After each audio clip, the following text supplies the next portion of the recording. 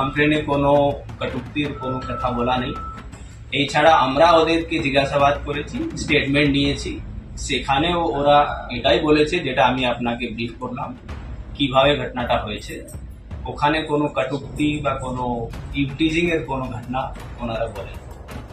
পানাগড়ের ঘটনায় পুলিশের এই দাবিতে পাল্টা কি জানিয়েছেন এই ঘটনার অন্যতম প্রত্যক্ষদর্শী? ফার্স্টে আমাদের গাড়িটাকে টাচ করে, ঠিক আছে, এবার স্বাভাবিক আমাদের গাড়ি ওর পেছনে যাবে, সেটা একটা যেহেতু গাড়িতে মেয়ে আছে, ঠিক আছে, যেতে বাধ্য হবে। তো আমরা সেরকম সেই ক্ষেত্রে গেছিলাম, ঠিক আছে। তো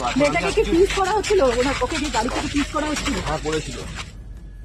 এই ঘটনা নিয়ে পুলিশের ভূমিকা নিয়ে ইতিমধ্যেই প্রশ্ন তুলেছেন নিহত সুতন্দ্রার মা তনুশ্রী চট্টোপাধ্যায়। আসল যারা দোষী তাদেরকে ধরলেন না তিনি, এখনো পর্যন্ত একজনকে ধরে উঠতে পারলেন না। যারা নির্দোষী তাদেরকে ধরে পুলিশ হ্যারাসমেন্ট করছে। সোমবার মধ্যরাতে বুধপুর থেকে প্রায় 20 কিলোমিটার পানাগড় বাজার পর্যন্ত দুটি গাড়ি রেষারেষির অভিযোগ উঠেছে। একটি গাড়িতে ছিলেন চন্দননগরের বাসিন্দা সুতন্দ্রা চট্টোপাধ্যায়। এদিন কাংসা থানায় আসে ফরেন্সিক দল। জানা গিয়েছে সাদা এসইউভির মালিক বাবলু যাদব।